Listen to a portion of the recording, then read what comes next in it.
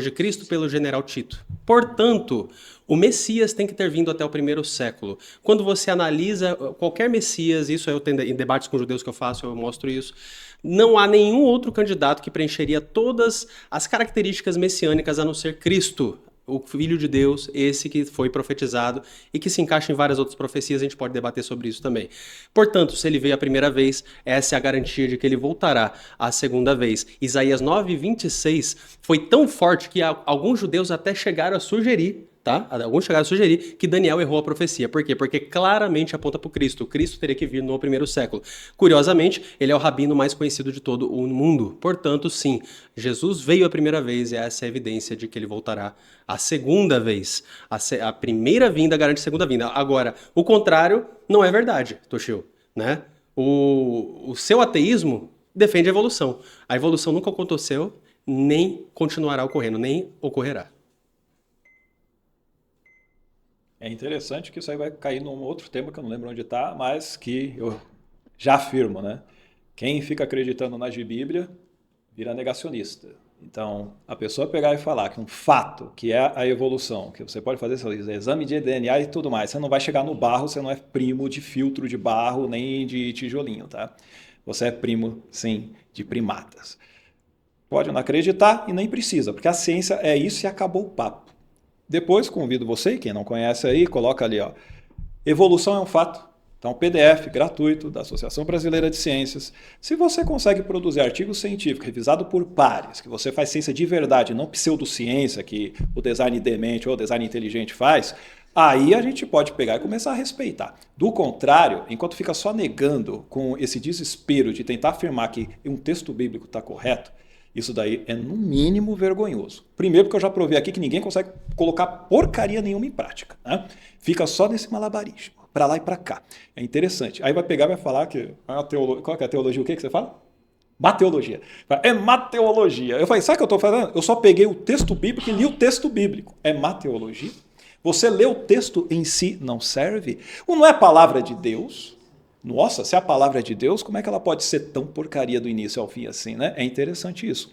Agora, como eu disse, Jesus, ele conseguiu enganar a galera pra caramba, engana vocês até hoje, né? Um personagem mitológico e que vocês, na vida prática, não conseguem provar absolutamente nada. E além de tudo, alguns, não todos, têm que ficar negando os fatos científicos simplesmente para continuar dentro dessa redoma aí, dessa bolinha. Isso é, no mínimo, repito, vergonhoso. Não tem problema você acreditar nas coisas. O problema é quando você espalha essa mentira e começa a veicular essas coisas ridículas para outras pessoas. Se você quer continuar no erro, tudo bem. O problema é fazer isso com os demais, né? Pessoal, vocês repararam alguma coisa aqui? Ele não respondeu a nenhum argumento que eu dei sobre Daniel 9:26 ou sobre o fato de que de todas as evidências de que Jesus tenha vindo a primeira vez confirmam que ele é alguém confiável. Se a Bíblia prometeu ele vir a primeira vez, é a garantia de que ele virá a segunda. Agora, quando a gente fala de ciência, aí eu inverto a questão. É justamente isso. O evolucionismo, a evolução nunca ocorreu, nem ocorrerá. Aí sim, aí estamos falando de uma verdade. Um exemplo disso eu dou junto com outros colegas, né? São 3 autores, o Dr. Tom Dias, mestre Eleilton, juntamente comigo, escrevemos esse livro, A Origem, prefaciado pelo Dr. Rodrigo Silva, também aqui na contracapa o seu amigo, o Dr. Marcos Eberlin. Aqui a gente fala, vamos ver se a evolução ocorreu?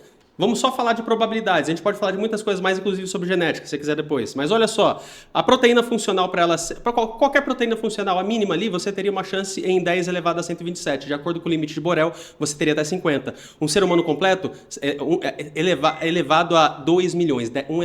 Em 10 elevado a 2 milhões. Impossível. Show de bola. Eu ia falar exatamente esse daí do elevado a 2 milhões, porque esse daí quer dizer que essa estatística, inclusive, a probabilidade de nós nascermos quem nós somos, né? Interessante, tem isso daí. Ou seja, você falou que é impossível. Não, isso é improvável. Improvável não é impossível. E, aliás, você está aqui, eu estou aqui, estamos aí. Se eu pegar uma baralho e fazer um 52 fatorial, se eu embaralhar aqui, não teria possibilidade de sair aquela coisa. Todas as vezes que eu estiver fazendo, vai sair aquilo lá, né? Interessante. Isso não significa que tem um mágico invisível fazendo o barato acontecer. Vocês estão indo mais uma vez, isso aqui que é Deus das lacunas. Isso daqui, ó, a gente não sabe explicar. Logo, é Deus. É ignorância total. Beleza? Em relação ao que você falou que eu não respondi? Daniel. Daniel, inclusive, saiu um artigo recente, que eu até fiz ali, um Lucas refutando o Lucas Banzoli, falando besteira pra caramba, nem lê artigo, que eu mostrei claramente, que está lá no artigo, que Daniel é ex-evento, e que ele foi escrito ali do ano do século II antes de Cristo. Está em artigo científico. Ou seja, tudo fake. Jesus não veio, não voltará. Valeu. Caramba. Tem que avisar, senão... Ressurreição é fanfic. Próximo tema é a ressurreição é uma fanfic contraditória.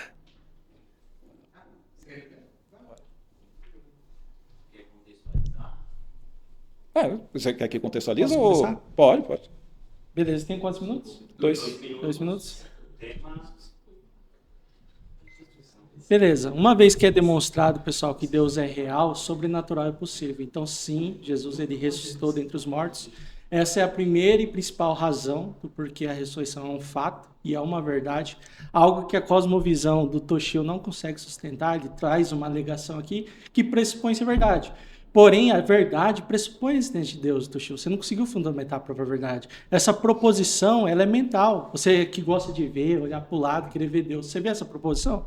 Você não vê. Ela é conteúdo da mente. Se eu perguntar para você citar pelo menos 3 neurocientistas ou filósofos da mente que entendem que a mente é imaterial, você não vai saber, eu sei disso. Agora, eu posso citar o Michel Hegel, Ricardo Marx, posso citar o John Eck, todos eles entendem que a mente é material. E se a proposição é conteúdo da mente, volto mais uma vez, nós somos seres contingentes, viemos a existir em um momento, deixaremos de existir, a lógica ela é aplicada independente do ser humano. Não tem nenhum ser humano na Terra, o mundo é mundo, algo é o que é. Não tem como o mundo existir e não existir no mesmo tempo, no mesmo sentido. E por ser conteúdo da mente, ela reside, ela carece de uma base, um fundamento que seja uma mente. Essa mente é Deus. Então a primeira e principal razão é essa.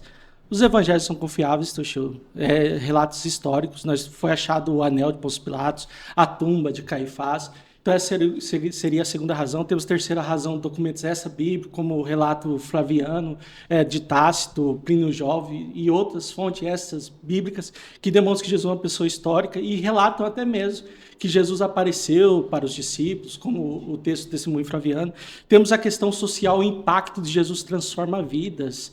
Uma pessoa tem uma vida totalmente errada, totalmente na legalia, antes de conhecer Jesus. Depois que ela conhece Jesus, ela tem a sua vida transformada. Então essa é outra razão. E temos o último fator, que é a transformação da vida dos apóstolos. Eles tiveram a sua vida transformada, o fator psicológico. Depois que eles viram Jesus ressurreto, nós vemos que Pedro, que tinha medo, que era tímido, ele passou a testemunhar Jesus de forma ousada, como Atos capítulo 2. Quando eu digo que a ressurreição é fanfic, eu estou usando a própria Bíblia. Não tem nem a ver, cosmovisão e tal. Não, vamos direto para a Bíblia, não, o texto sagrado, que o pessoal gosta de correr e fugir, todo mundo foge da Bíblia aqui. Vamos lá. Você tem os 4 relatos. Nos 4 relatos, todos eles são contraditórios, mostrando que cada um criou a sua própria narrativa, se contradizendo completamente entre si. Você pode pegar Marcos, onde você vai dizer, quantas mulheres foram? Lá ele comenta 3. Você tem Maria Madalena, você tem Maria, mãe de Tiago, aí você vai ter, por exemplo, Salomé. Mas Mateus só coloca 2 Marias. Tem a Maria Madalena e a outra Maria. Só que Lucas coloca pelo menos 5 mulheres, né? Além da Maria Madalena, tem a Joana, você tem a Maria, mãe de Tiago, e você tem as outras que estavam com elas. Só que em João só tem uma, Maria Madalena. Mas não é só isso. Então, peraí, será que o Espírito Santo estava bêbado? Não conseguiu lembrar isso? Mas não é só isso. Porque quando você pega em Mateus, elas falam, quem que vai abrir a pedra? Quando chega lá, vem um anjo do céu, faz mó terremoto, ele tira a pedra, os guardas se desmaiam, foi legal. E aí ele pega, senta na pedra e fala assim, olha, não está aqui não, ressuscitou. Ela, muito bem. Em Marcos, elas simplesmente chegam e nem é falado, não tem pedra, não tem nada. Ela encontra um cara lá dentro, um jovem, não é anjo. Já em Lucas, tem um anjo.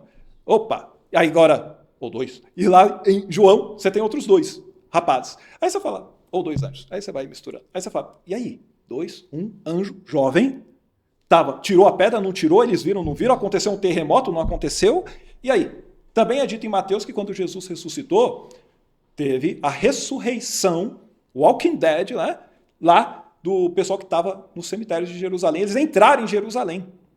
Interessante, porque nenhum historiador notifica isso, né? Você tinha Plínio o Velho, você tinha outros mais, por exemplo, ali que estariam junto de Tiberíades e outros tipos de historiadores que não falam nada. De todos esses que você trouxe aí, eles vão corroborar um Jesus histórico, não um Jesus da ressurreição. Depois eu continuo. O mesmo Jesus que é narrado pela história é o Jesus dos evangelhos, pessoal. Quando nós vamos analisar as fontes dessa bíblica, nós vemos que bate com aquilo que é relatado nos evangelhos. Inclusive, o consenso de história em relação à pessoa de Jesus vão analisar os evangelhos como relatos históricos. Esses textos que o Toshio ele apresenta aqui no debate, o que ele demonstra? Uma ignorância até mesmo que se trata lógica. Ele fala que é contraditório. Porém, os textos são complementares, não são excludentes, eles se complementam. Quando fala que 3 mulheres viram e depois fala que viram, cita o nome lá da outra mulher, esses textos se complementam. Haveria contradição se tivesse dito assim, mulheres viram Jesus ressurreto e mulheres não viram Jesus ressurreto. Aí nós entraríamos no princípio da não contradição. Não tem como mulheres ter visto e não ter visto no mesmo tempo, no mesmo sentido. Então, Toshio, você demonstra uma ignorância em relação ao princípio da não contradição. Agora, quando você fala em relação, que aconteceu o evento sobrenatural depois da ressurreição de Jesus, se Deus é real, eventos sobrenaturais são possíveis. Agora, o problema é para a sua cosmovisão, que acredita que peixe povoa a terra e etc. Em relação a Marcos, as mulheres não viram Jesus, elas saíram correndo, morre lá no versículo 8, e elas não contaram nada para ninguém. Séculos depois, o pessoal faz um acréscimo, pegando parte de Lucas, eles não percebem que entra numa contradição, porque o jovem que fala que Jesus teria ressuscitado, ele fala, ele vai lá para Galiléia, como ele tinha avisado. Só que como ele pega e copia Lucas, ele pega e fala para eles ficarem em Jerusalém. É outra contradição aí, porque Galiléia para Jerusalém tem por volta de 120 quilômetros, de 3 a 5 dias de viagem a pé. Tá? Então, se você fala que isso é um complemento, não é. Porque lá em Mateus, ele vai falar ali para fazer em Galiléia. Quando você pega Marcos, ele faz de um jeito e depois ele muda. E aí em Lucas, é em Jerusalém.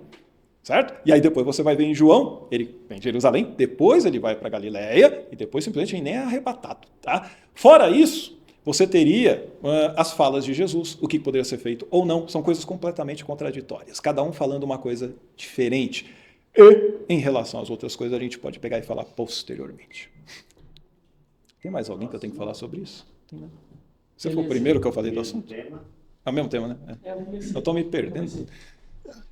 Direciona um pouco o microfone para você, mais finalmente. Isso. Sim. Ah,